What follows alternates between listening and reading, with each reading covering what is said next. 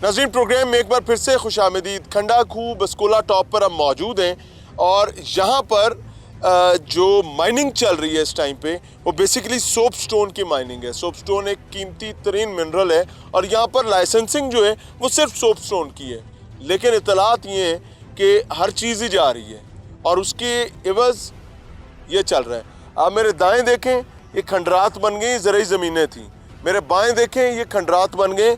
इस हाइट पर ये तमाम ज़मीनें थीं जो तकरीबन वहाँ पर कोई 12-15 फीट और यहाँ पर 25-30 फीट नीचे जा चुकी हैं। क्यों? क्योंकि जब इनसिक्योर माइन बनाई जाती है, उसकी प्रॉपर आर्चिंग नहीं की जाती और उसको महफूज नहीं बनाया जाता और हर चीज़ निकालने की लालच की जाती है, उसके नतीजे में यहाँ के मकीनों की ज़रई ज़मीनें बर्बाद हो गई हैं। और वो at the end of the day वो क्या कहते हैं, पहाड़ खोदा पहाड़ निकला चूहा, वो भी मरा हुआ। अस्सलाम वालेकुम सर। वालेकुम अस्सलाम। क्या हाल है?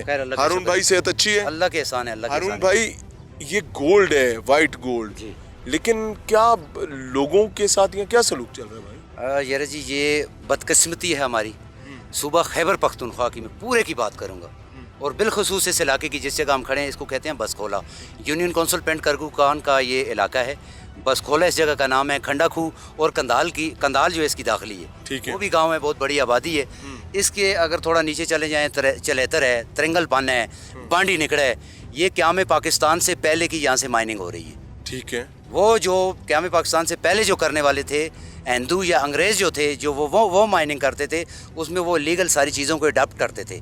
अभी ये जो माइनिंग हो रही है इसमें कोई लीगल चीज़ को नहीं देखा जा रहा है। इसमें जंगलात की तबाही उतर गई है, जंगलात की तबाही हो गई है, ज़मीनों की तबाही हो गई है। एक मादनियात के साथ कई किस्म की मादनियात जो हैं वो मज़ीद तबाह हो रही हैं। इसको जिस वक्त लीगल सिस्टम पे करेंगे, माइनिंग एक्ट के मुताबिक करेंगे, माइनिंग एक्ट्स के हट कर जिस वक्त करेंगे तो ये हाल होगा। यहाँ आबादियाँ तबाह हो रही हैं, कब्रिस्तान यहाँ इन लोगों के तबाह हो गए हैं, मस्जिदें तबाह हो गई हैं, पानी, घर और पानी जो मेन ज़रूरत होती है, ये पानी दूर से भरकर गाड़ियों में लाते हैं दूसरे इलाकों से। आबशारें थी पहले, इनकी अपनी आबशारें थी, इनके ये खेत खलियान हैं, इनमें मकई और गंदम जो है उसकी फसल होती थी। कहते हैं गोरा लूट कर ले गया इस इलाके को। मैं कहता हूँ गोरे ने तो लूटा ही नहीं है, जो हमने कमाल लूट मचाई। जिस जगह हम खड़े हैं यहाँ हमारी बैक साइड पे, ये कैमरामैन अगर दिखा सकें तो ये 7 बराबर थी ये जगह। अच्छा। ये जो इसके अंदर जो खला पड़ा है 30-40 फुट गहरी हुई, ये जो 30-40-50 फुट गहरी हुई है और इसके साथ जो खला है, ये खला यहाँ से नीचे सोप स्टोन निकालते हैं, ये जगह खला बनता है और ये नीचे जगह बैठ जाती है। इसी तरीके से ये हमारे दाएं जानब जो है वो ये जो ज़मीन है ये इसके साथ थी। ये आगे एक तालाब नज़र आ रहा है पानी का। पहले किसी दौर में पानी को महफूज करने के लिए देही इलाकों में ऐसी चीज़ें होती थी।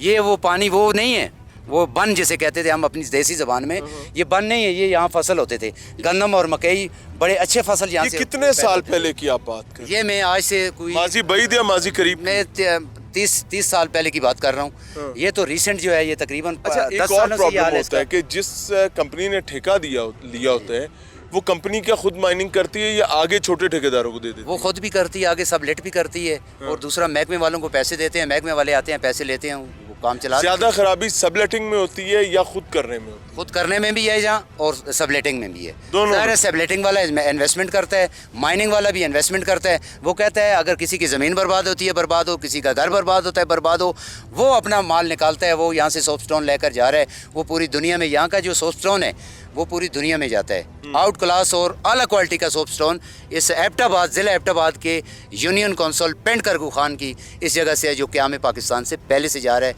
ये हालत यहाँ की है और यहाँ से नीचे अगर चले जाएँ बांडी निकड़ा में तो यकीन करें। और दूसरा, मज़दूरों की ज़िंदगी के साथ भी खिलवाड़ है, कोई सेफ्टी सिक्योरिटी का इंतज़ाम नहीं है।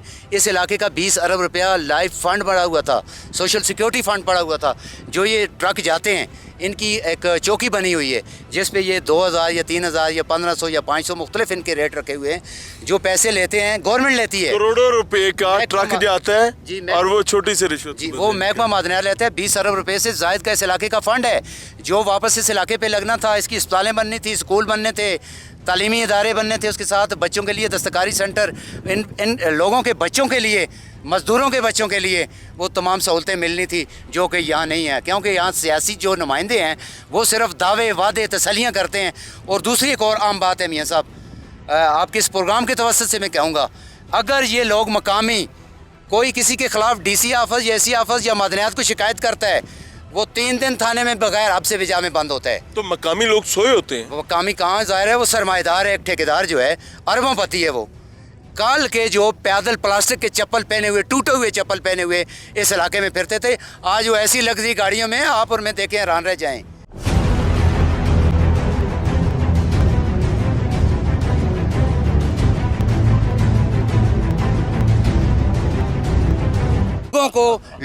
गरीबों को लूट कर उन्होंने ये माल हड़प किया है। अब इन गरीब लोगों की ज़िंदगियाँ जो है जीर्ण कर दी हैं। रात को सो नहीं सकते, छोटे छोटे बच्चे रात को आधी रात को उठ जाते हैं। ये ज़मीन के अंदर जिस वक्त ब्लास्टिंग करते हैं, पूरी इनका जो घर हैं वो हिलते हैं। ब्लास्टिंग के लॉज हैं बकायदा, ऐसे अंधों की तरह ब्लास्टिंग थोड़ी की जा सकती। अंधों की तरह हो रही है, कोई पूछने वाला नहीं है, सब बच्चा की रिपोर्ट है, कोई महकमा चेक नहीं। पुलिस जो है खासकर उसको आते हैं, पैसे देते हैं, लोगों को पकड़ कर ले जाते हैं। यानी इसका मतलब है कि एबटाबाद में जो माइंस एंड मिनरल्स के हरामखोर अफसरान हैं अगर हैं तो वो रौसा बन चुके होंगे। रौसा इतने एक एक क्लर्क को देखें अरबोंपति बन चुके हैं। उनका एंटी करप्शन जो है, जो महकमा करप्शन की इंसदाद के लिए, वो खुद इसमें मुलव्वस है। वो खुद कहते हैं हमें पैसे दो यार, हमारा ऐसा हमें दो। मदनियात कहती है हमारा ऐसा हमें दो। इंतज़ामी अफसरान कहते हैं हमारा ऐसा हमें दो। जिस वक्त ऐसे बखरे होंगे तो इन इलाकों के गरीब लोग जो हैं वो सिसकेंगे। हम बतौर सहाफ़ी जो आवाज़ उठा सकते हैं, बता सकते हैं। बाज़ औक़ात हम भी सपाट पे जाकर बताते हैं तो लोग ये कहते हैं कि यार ये कोई मैनिपुलेट कर रहे हैं। खुदा की कसम ये मैनिपुलेट नहीं है, ये मैनिपुलेट नहीं, ये गड़ा मैनिपुलेट नहीं है। ये खंडा खूह के अवाम ने नहीं खोदा है, यहाँ बसखोला के अवाम ने नहीं खोदा है। ये यहाँ से नीचे सोप स्टोन निकला है और टनल के ज़रिए जो गैर कानूनी लगा हुआ है, जिसको बाकायदा उस क्लासिफिकेशन के मुताबिक नहीं किया गया है। माइनिंग एक्ट मौजूद है, क्या हमें पाकिस्तान से पहले का माइनिंग एक्ट है उस पर भी अमल नहीं हो रहा है। ने वो बदबख्ती नहीं की जो हम कर रहे हैं। बिल्कुल, वो कौमें तरक्की करती हैं। साहब लाल है भाई, लाल है, जेड़ा बनो लाल है। केपी में जिस चीज़ को हाथ लगाओगे ना वहाँ पर आपको बदबख्ती मिलेगी। सिर्फ देखने वाली नज़र चाहिए, लेकिन अगर आपके ज़मीर में खोट है और आपने ये तय किया हुआ है कि यहाँ की हुकूमत के साथ हमने चोली दामन का साथ बनाकर चलना है, तो फिर आपकी आंखें भी अंधी होंगी, ज़ुबान भी गूंगी होगी, आपके कान भी बहरे होंगे और आपको सब अच्छा मिलेगा। वो चाहे सहाफ़ी हो, चाहे वो कोई और फरीक हो। अगर पंजाब, अगर सिंध, बलूचिस्तान में हमें मसाइल नज़र आ सकते हैं तो केपी के अवाम जो है, क्या ये हक बजानिब नहीं है कि इनका दर्द और इनका तकलीफ भी सामने रखा जा सके। इस नीयत के साथ नहीं कि गवर्नमेंट को या यहाँ की मकामी सियासी जमातों को गंदा किया जाए, बल्कि इस नीयत के साथ कि इनकी जानों के लिए आफियत का मामला किया जा सके, हुकूमत को कायल किया जा सके कि इंसानों की तरह काम करें। यहाँ पर इस इलाके में जहाँ मैं खड़ा हूँ, गोरा माइनिंग करके गया हुआ है, लेकिन ये कमाल माइनिंग है जो आप कर रहे हैं। People don't have water to drink, उनके चश्मे बर्बाद कर दिए, लोगों की ज़राअत तबाह कर दी है, लोग माल मवेशी नहीं रख सकते। बताया गया पूरा पूरा ट्रक गाड़ी अंदर चली जाती है, अचानक से माइन बैठी। भाई आप लोग सो रहे हैं और फिर ठेकेदार, वो मर गया गरीब आदमी, उसको लाख, 1.5 लाख, 2 लाख। कोल माइंस में भी हम गए थे, लाखड़ा कोल माइंस, वहाँ पर भी ये बात थी, यही अजाब था कि अगर माइन बैठ गई वहाँ। ऑनेस्टली आपको बताऊं कि माइनर्स के साथ हमारी बात हुई तो माइंस में काम करने वाले लोग हमें बताते हैं कि यार लाख, 1.5 लाख रुपया मिलता है महीने का। एक कारीगर जिसने सबसे आगे माइन में उतरना, वो कितना कमा लेता है? डिपेंड करता है प्रोडक्शन पे, सीजन पे। कम से कम मरे से मरा भी लाख रुपए से तो ऊपर से कमाता है आम लेबर जो है यहाँ पे। अच्छा, और उसके बाद जाओ दफा हो जाओ, यहाँ से निकल जाओ। क्यों? क्योंकि तुम्हारी हुकूमत इस काबिल नहीं है कि वो जालिम के खिलाफ मजलूम के लिए मुआवनत का काम कर सके। तो जब हुकूमत नहीं करेगी तो फिर गरीब आदमी मरेगा, सिसकेगा, तड़पेगा।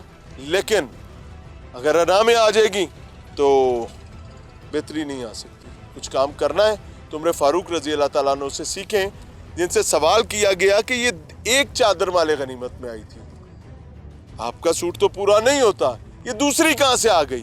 तो उन्होंने अपने बेटे को खड़ा किया और उससे जवाब मांगा कि इन्हें जवाब दो। आगे आ जाए जी।